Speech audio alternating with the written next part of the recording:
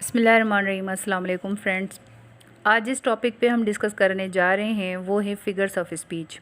Figures of speech वो अल्फाज होते हैं जो लिटरल मीनिंग से डिफरेंट होते हैं। मिसाल के तौर पे he is the star of our class.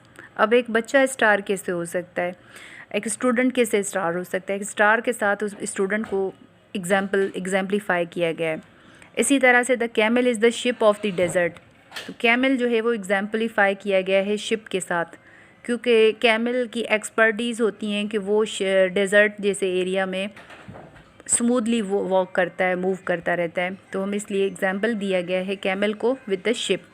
ये फ़िगर्स ऑफ स्पीच होते हैं। Figures of speech parts of speech से मुख्तलिफ होते हैं। पार्ट्स ऑफ स्पीच इंग्लिश में होते हैं जैसे कि नाउन, प्रोनाउन, वर्ब, एडजेक्टिव। ये फ़िगर्स ऑफ स्पीच से मुख्तलिफ होते हैं। Figures of speech English language में इसलिए इस्तेमाल किए जाते हैं कि लैंग्वेज में ब्यूटिफिकेशन आती है, अट्रैक्शन पैदा होती है। फ़िगर्स ऑफ स्पीच से खूबसूरती आती है, जैसे कि she is now in the sunset of her days. अगर यही चीज़ मैं अगर बोलूँ कि she is old now, she is in the olden days, like she is a very old person. तो अगर ब्यूटिफिकेशन के लिए मैं ये बोलूँ कि she is now in sunset. Sunset कहते हैं सूरज जब गुरूब होता है तो हम कहते हैं सनसेट। ठीक है, आसमान में जब सूरज जो है वो ढलने लगता है तो उस टाइम को कहते हैं सनसेट। तो instead of saying she is in her olden time, like she is about to die, तो ये खूबसूरती के लिए इस्तेमाल होता है। इसी तरह से इंग्लिश लैंग्वेज में 17 फिगर्स ऑफ स्पीच होते हैं मेन, जिनके मैं सिर्फ अब आपको नाम बताऊंगी और मैं एक्सप्लेन करूंगी आज 4 main figures of speech. Simile, metaphor, personification, metonymy, apostrophe, hyperbole, synecdoche, euphemism, epithets, irony, pun, epigram, antithesis, oxymoron, litotes, alliteration, onomatopoeia. ये तमाम फिगर्स ऑफ स्पीच हैं। आज हम जितने फिगर्स ऑफ स्पीच जो कवर करेंगे उनमें से है simile, metaphor, personification, euphemism, oxymoron. ये 5 हम आज कवर करेंगे। फ्रेंड्स, सबसे पहले है सिमली। सिमली क्या होती है? सिमली फिगर ऑफ स्पीच में ये हमें एज या लाइक का वर्ड हम यूज़ करते हैं। सिमली में हम बताते हैं कि कोई भी चीज़ ब्यूटीफुल कितनी है एज और लाइक के साथ, like she is beautiful like a moon, या हम ये भी कह सकते हैं कि she is beautiful as a moon. तो ये फिर उसके बाद फिर एक और एग्जांपल लेते हैं, he is brave like a lion. वो इतना ब्रेव है जैसे कि एक लॉयन है। As hot as a hell. तो ये सिमलीज़ होती हैं जिनमें लाइक और एज का वर्ड इस्तेमाल होता है। इसी तरह से मेटाफर और सिमली में सिर्फ ये डिफरेंस होता है क्योंकि दोनों ही फिगर्स ऑफ स्पीच होती हैं, कंपैरिजन के लिए इस्तेमाल होते हैं, मगर जो मेटाफर होता है वो डायरेक्ट कंपैरिजन होता है। शी बजाय इसके कि हम ये बोलें कि she is beautiful like a moon, हम ये बोलेंगे कि शी इज़ अ मून। हमने डायरेक्ट ये मून का वर्ड इस्तेमाल किया।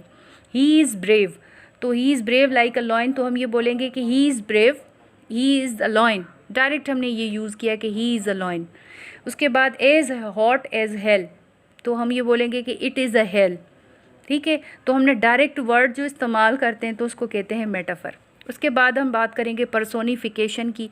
पर्सोनिफिकेशन क्योंकि वर्ड से पर्सनालिटी के साथ मिल रहा है। पर्सोनिफिकेशन में ये होता है कि किसी नॉन लिविंग थिंग को लिविंग थिंग की क्वालिटी दी जाती है। इसकी एग्जाम्पल हम इस तरह से लेंगे कि the fire engulfed the whole building. The fire जो है वो आग को कहते हैं, एंगल्फ कहते हैं। इंसान जब खाना खाता है तो उसे एंगल्फ करता है, हज़म करता है, एंगल्फ कर निगल जाता है।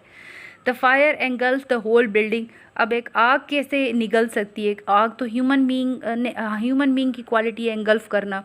तो ये एग्जाम्पलीफाई किया गया है, नॉन लिविंग थिंग को लिविंग थिंग की क्वालिटी दे के प्रेजेंट किया गया है। सेकेंड एग्जाम्पल है the wind howled the whole night. अब विंड कहते हैं तेज़ हवा को, हॉलिंग कहते हैं जो वुल्फ की आवाज़ें होती हैं रात के टाइम पे अक्सर।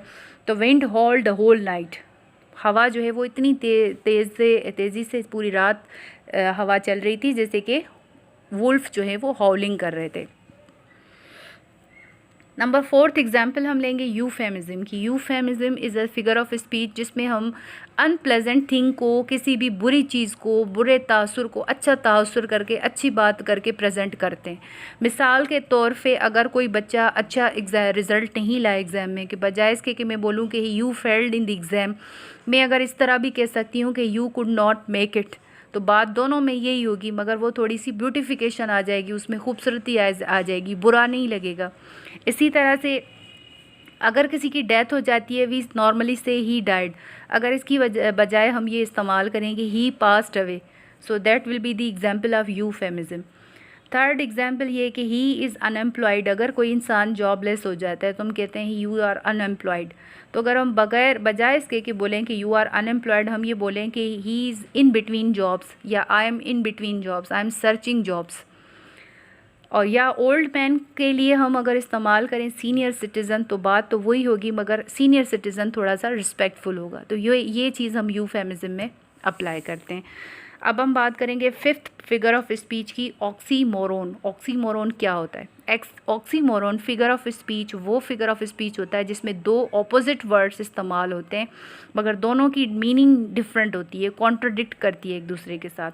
मिसाल के तौर पे ही इज़ फाउंड मिसिंग। अब फाउंड आप देखें, फाउंड के साथ मिसिंग भी लिखा है, ये दोनों एक दूसरे के ऑपोजिट हैं। फाउंड तो उस चीज़ को कहते हैं जो मिल जाती है, और मिसिंग वो चीज़ होती है जो खो जाती है, जिसको हम नहीं ढूंढ पाते। तो ये मालूम हुआ कि वो मिसिंग थी, ही वॉज मिसिंग, ये मालूम हुआ, ये तय हुआ कि वो मिसिंग था। दूसरी एग्जाम्पल है शी इज़ प्रिटी अगली। अब प्रिटी कहते हैं खूबसूरत को, प्रिटी की दूसरी भी मीनिंग है, इंग्लिश में सिनोनिम्स होते हैं। प्रिटी का मतलब है बहुत हद तक, ज़्यादा हद तक वो अगली है। तो ये देखें दोनों यहाँ भी ये दो अल्फाज जो है वो सिमिलर मीनिंग जो है वो रखते हैं। प्रिटी और खूबसूरत दोनों में जो है डिफरेंस है, सिनोनिम्स हैं, और प्रिटी एंड अगली दोनों ऑपोजिट्स हैं, ये याद रखें। थर्ड एग्जांपल है ओरिजिनल कॉपी। ओरिजिनल और कॉपी दोनों ही ऑपोजिट हैं। आप देखें, या तो चीज़ ओरिजिनल हो सकती है या तो उसकी कॉपी हो सकती है। तो ये this is the example of oxymoron. Last में ये कि ओपन सीक्रेट। अब आप जो वो सीक्रेट ही क्या जो ओपन हो, अब ओपन सीक्रेट का मतलब है कि ये चीज़ सबको पता है, एवरीवन नोज़ दिस। तो फ्रेंड्स ये थे आज फिगर्स ऑफ स्पीच। होप कि आपको मेरी वीडियो पसंद आई होगी, आपको आज का लेक्चर समझ में आया होगा।